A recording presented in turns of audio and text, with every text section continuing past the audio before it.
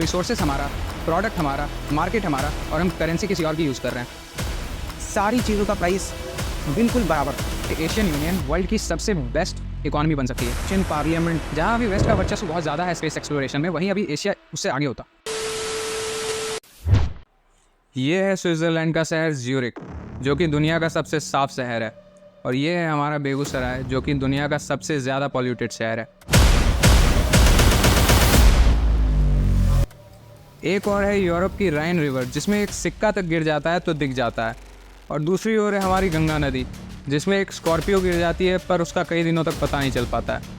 एक तरफ है जर्मनी, जिसने अपने बीच की बर्लिन वॉल 1991 में तोड़ के ईस्ट और वेस्ट के बीच का सेपरेशन मिटा दिया था, और एक साइड है इंडिया, जहां हम लोग एक इनविजिबल लिंग्विस्टिक दीवार बनाए जा रहे हैं नॉर्थ और साउथ के बीच में। इन सारे एग्जाम्पल्स से अगर आप देखें तो एक तरफ है यूरोप, जो आपको बहुत ज़्यादा प्रॉस्पेरस और रिच दिखाई देता है, और दूसरी तरफ है इंडिया, जो बहुत ज़्यादा ही पुअर दिखाई देता है। पर इससे पहले कि आप लोग मुझे गाली दें, मैं ये बता देना चाहता हूँ कि ये इंडिया के लिए भी पॉसिबल है। यूरोप आज इतना डेवलप क्यों है? क्या रीज़न्स है इसके पीछे? क्या हम यूरोप जितना डेवलप नहीं हो सकते? आखिर क्या कारण है इन सब के पीछे? काफ़ी सारे सवालों का बवंडर उठ रहा होगा अभी आपके मन में, तो आइए आज इन्हीं सवालों का जवाब ढूंढते हैं। वैसे तो इसके काफ़ी सारे रीजंस हैं, जैसे कॉलोनियल लूट पॉलिसी, जिससे इन्होंने अपनी कॉलोनीज़ में काफ़ी लूट मचाई और इससे अपनी इंडस्ट्रियल रिवॉल्यूशन को फंड किया, जिससे आज ये इतने समृद्ध हैं। पर आज हम इस पे बात नहीं करने वाले हैं। आज हम एक ऐसे रीज़न पे बात करने वाले हैं जिसने पूरे यूरोप को एक साथ बांध रखा है। तो कहानी शुरू होती है यहाँ से।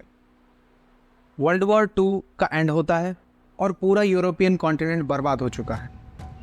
यहीं पे दो सुपर पावर्स खड़ी होती हैं, जिनका नाम यूएसए और यूएसएसआर है, और इनके बीच वॉर ऑफ सुप्रीमेसी स्टार्ट हो जाती है, जिसे हम लोग कोल्ड वॉर के नाम से भी जानते हैं। वर्ल्ड वॉर 2 के ख़त्म होते ही जर्मनी के कैपिटल बर्लिन में एक वॉल खींच दी गई, जिसके ईस्ट का कंट्रोल पूरा का पूरा सोवियत यूनियन के हाथ में था, और वेस्ट साइड सोवियत यूनियन की एक्सपेंशनिस्ट पॉलिसी के कारण डरी हुई अमेरिका के पाले में चली जाती है।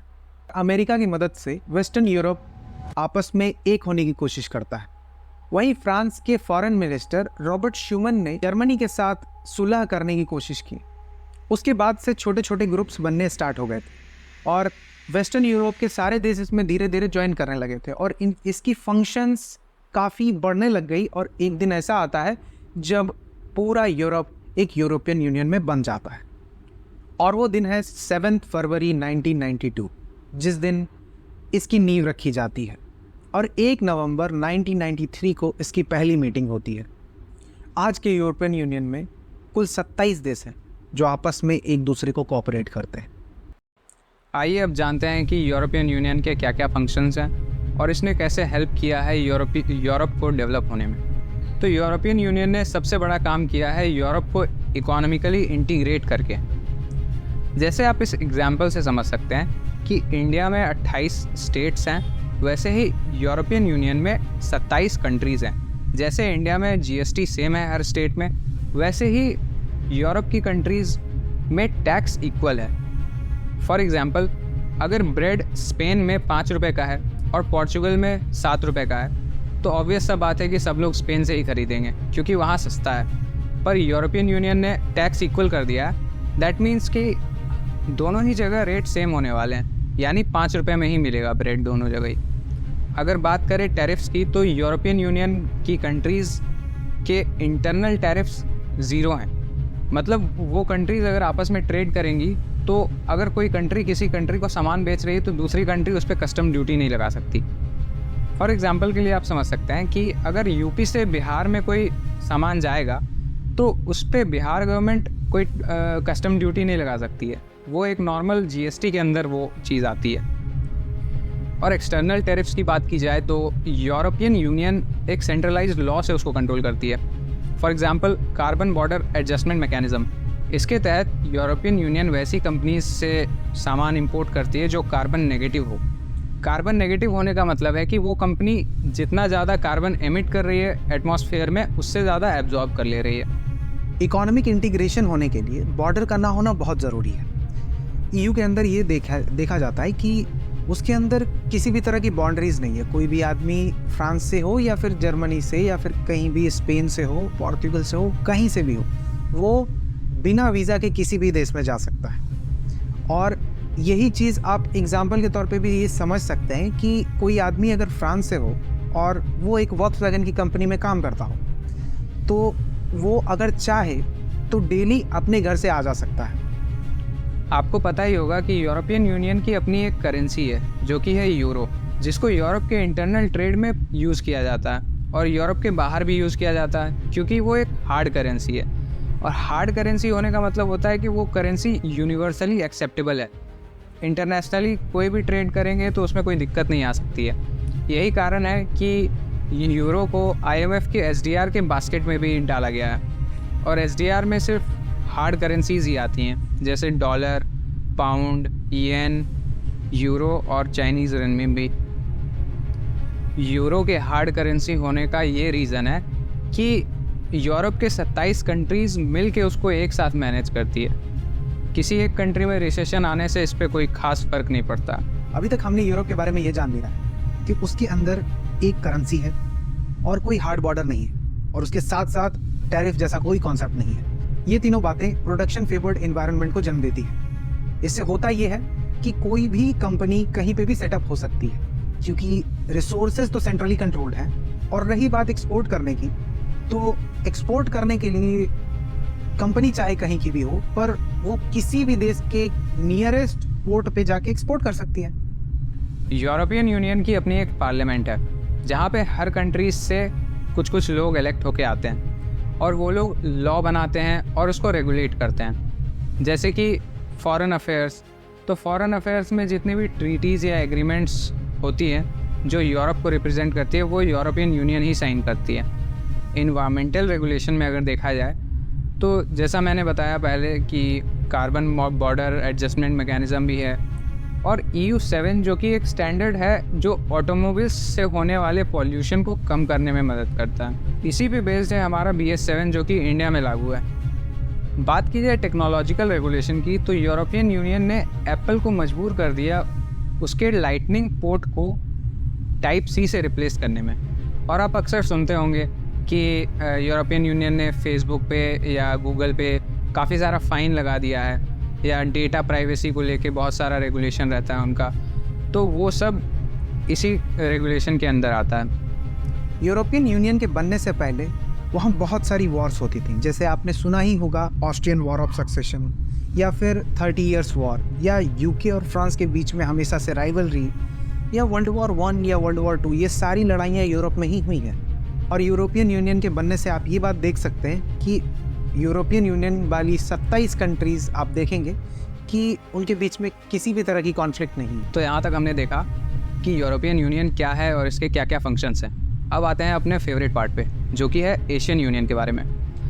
तो एशियन यूनियन होता तो क्या होता, कैसा होता, आज वर्ल्ड की जियोपॉलिटिकल सिचुएशन क्या होती, इंडिया के लिए क्या क्या फ़ायदे होते, ये काफ़ी सारे सवाल आ रहे होंगे आपके मन में अभी। तो चलिए उसके बारे में डिस्कशन करते हैं। हम सबको ये तो पता ही है कि एशिया में वर्ल्ड की 60% पॉपुलेशन रहती है और वर्ल्ड का 30% एरिया सिर्फ एशिया में है। और अगर रिसोर्सेज की बात की जाए तो मल्टीपल टाइप ऑफ रिसोर्सेज आपको मिलेंगे एशिया में, चाहे वो गल्फ़ कंट्रीज़ में ऑयल हो, या फिर सेंट्रल एशिया में यूरेनियम पेट्रोलियम हो, रशिया में पेट्रोलियम हो, चाइना एक बहुत बड़ा मैन्युफैक्चरिंग हब है, जापान की टेक्नोलॉजी के बारे में तो सबको पता है ही।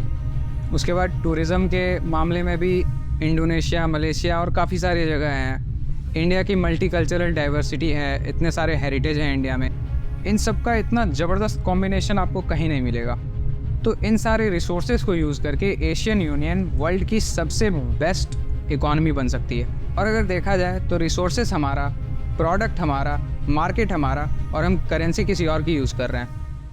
अगर एशियन यूनियन होगा तो एशियन करेंसी भी होगी, और एशियन करेंसी जिसे हमने नाम दिया है एशियन रुपी, अगर ये होता तो जितने भी देश एशिया के अंदर हैं वो सारे के सारे इकोनॉमिकली इंटीग्रेट हो जाते। और इससे होता ये कि जितनी भी कंट्रीज़ जो आप देखते हैं इन्फ्लेशन से पीड़ित हैं, या फिर उनके फॉरेक्स रिजर्व जो ख़त्म हो चुके हैं, उनको इस बात का कभी भी डर नहीं होता।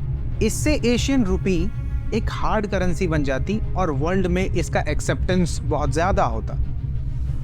जैसे आपने सुना होगा टर्की के अंदर 60% इन्फ्लेशन रेट है, पाकिस्तान जो आटे के लिए तरस रहा है, और ईरान जिस पे यूएस के सैंक्शन के कारण वो बर्बाद हो चुके हैं। ये सारे प्रॉब्लम्स होते ही नहीं। एशियन यूनियन के होने से हार्ड बॉर्डर्स होते ही नहीं एशिया में, और सारे देश बॉर्डरलेस होते। इसका ये फ़ायदा होता कि कोई भी आदमी कहीं भी बिना वीज़ा के किसी भी कंट्री में जा सकता था, चाहे वो टूरिज़्म के लिए हो या बिजनेस पर्पस के लिए, या फिर कोई सामान मंगाना हो या कोई सामान बेचना, आसान होता। अगर एशियन यूनियन होगा तो उसके अंदर टैरिफ्स एंड कस्टम्स नहीं होने चाहिए और टैक्स यूनिफॉर्म होने चाहिए। इससे होगा ये कि जो चीज़ आप जापान में 5 रुपए में खरीदेंगे वही सेम चीज़ आप इंडिया में 5 रुपए में खरीदेंगे, और वही सेम चीज़ आप टर्की में 5 रुपए में खरीदेंगे। इसका मतलब ये हुआ कि पूरे एशिया में, थ्रू आउट एशिया, सारी चीज़ों का प्राइस बिल्कुल बराबर होगा। और जो यूनिफॉर्म टैक्स होगा एशियन यूनियन में, वो रेगुलेटेड होगा एशियन पार्लियामेंट के द्वारा। एशियन यूनियन जो होगा ये गवर्नड होगा एक एशियन पार्लियामेंट के थ्रू, जो कि लॉज बना के इसके अफेयर्स को रेगुलेट करेगी। जैसे फॉरेन अफेयर्स पे ये बना सकती है। जैसे आपने देखा होगा यूरोपियन यूनियन वाले पार्ट में कि उसमें फॉरेन अफेयर्स पे यूरोपियन यूनियन ने लॉज बनाए हैं, और इन्वायरमेंट पे, साइबर पे, या फिर टेक्नोलॉजी पे। अब आप ये सोचेंगे कि अफ्रीकन यूनियन भी तो है, पर वो तो ऐसा नहीं कर रहा। मैं यही बात बताना चाहता हूँ कि अफ्रीकन यूनियन के पास इतने पावर्स नहीं है जितने ईयू के पास में है, और मैं बात कर रहा हूँ ऐसे एशियन यूनियन की जिसके पास ईयू जितने पावर या उससे ज़्यादा पावर। आज की अगर जियोपॉलिटिकल सिचुएशन को देखा जाए तो यूनाइटेड नेशन का ज़्यादा रोल रह नहीं गया है। वो बस एक बॉडी बन के रह गया है, उसका कोई खास पावर एक्सरसाइज नहीं हो पा रहा है। यूएन के होते हुए भी रशिया यूक्रेन जैसे वॉर्स हो रहे हैं, इजराइल पैलेस्टीन में कॉन्फ्लिक्ट्स हमेशा देखे जा रहे हैं। तो अगर इस सिचुएशन में एशियन यूनियन होता तो वो शायद एक मीडिएटर का काम कर सकता था, चाहे वो सीरिया में इंस्टेबिलिटी हो, ईरान में हो, या पाकिस्तान में हो, या फिर म्यांमार में मिलिट्री कू हो, या इजराइल पैलेस्टीन का कॉन्फ्लिक्ट हो। सब में एशियन यूनियन एक मीडिएटर का काम कर सकता था। एशियन यूनियन की अपनी एक स्पेस एजेंसी होती, जैसे यूरोपियन यूनियन की है यूरोपियन स्पेस एजेंसी, जिसकी इंफॉर्मेशन मेंबर कंट्रीज़ में से सारे लोग यूज़ कर सकते थे। एशियन यूनियन की सारी कंट्रीज़ आपस में कंट्रीब्यूट करके एक स्पेस स्टेशन बना सकते थे। जहां अभी वेस्ट का वर्चस्व बहुत ज़्यादा है स्पेस एक्सप्लोरेशन में, वहीं अभी एशिया उससे आगे होता। अब आते हैं इस वीडियो के मेन एम पे, जो कि है इंडिया का फ़ायदा। अगर एशियन यूनियन होता तो इंडिया का क्या फ़ायदा होता, आइए देखते हैं कुछ पॉइंट्स में। जैसे अगर एशियन यूनियन होता तो बॉर्डर्स नहीं होते, और बॉर्डर्स नहीं होने की वजह से एक्सेस रिसोर्सेज के बढ़ जाते। और इसमें अगर मिला दिया जाए कि चाइना का मैन्युफैक्चरिंग हब का एक्सेस अगर इंडिया को मिल जाता तो इंडिया भी एक बहुत बड़ा मैन्युफैक्चरिंग हब होता। और अब बात करें अगर पॉल्यूशन की, तो आप जानते ही हैं कि दिल्ली के अंदर जो एयर की क्वालिटी है वो बहुत गंदी है। अगर सोचिए एशियन यूनियन अगर होता तो एनवायरनमेंट पे कानून बनाता, और जिससे ये होता कि वो लॉ पूरे एशिया के सारी कंट्रीज़ पे इन्फोर्स्ड होता और वो स्ट्रिक्टली फॉलो किया जाता।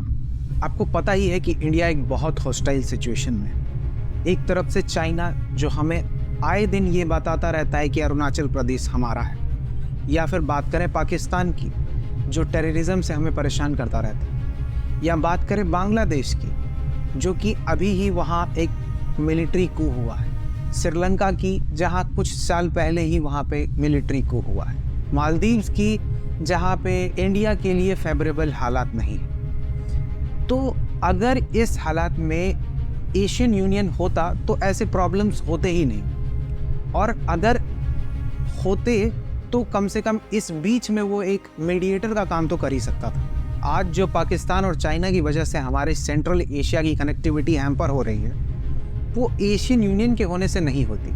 भारत की जो एक बहुत बड़ी विशालकाय पॉपुलेशन है और इसकी बहुत बड़ी एम्प्लॉयमेंट डिमांड, इसको मीट कर सकता था एशियन यूनियन। एशिया की जो इतनी बड़ी पॉपुलेशन है और बॉर्डर ना होने की वजह से लोग आपस में इधर उधर घूमने के लिए ज़रूर जाते हैं, और जिससे पूरे एशिया की टूरिज़्म सेक्टर को बूम मिलता। और इतना ही नहीं, इंडिया के पास जो इतनी बड़ी हेरिटेज है, जैसे ताजमहल और बहुत सारी टेम्पल्स जो साउथ में है, जो कि आर्किटेक्चरल मार्वल को दिखाती हैं, ये सब देखने के लिए लोग बहुत दूर दूर से आते हैं, और ये हमारी इंडियन इकोनॉमी के लिए वरदान साबित होता है। आप लोग सोच रहे होंगे कि एशियन यूनियन का बनना पॉसिबल कैसे है। इंडिया, पाकिस्तान और चाइना एक साथ कैसे आएंगे, नॉर्थ कोरिया, साउथ कोरिया और जापान एक साथ कैसे आएंगे, या इजराइल पैलेस्टीन एक साथ कैसे आएंगे। तो फ़िलहाल की जियोपॉलिटिकल सिचुएशन देख के तो ऐसा नियर फ्यूचर में पॉसिबल नहीं लग रहा है, पर ऐसा होने की उम्मीद ज़रूर लगाई जा सकती है। आपको क्या लगता है, एशियन यूनियन बन सकता है या नहीं? कमेंट में ज़रूर बताइए। और यहाँ तक वीडियो देखने के लिए बहुत बहुत धन्यवाद। Please like, share and subscribe.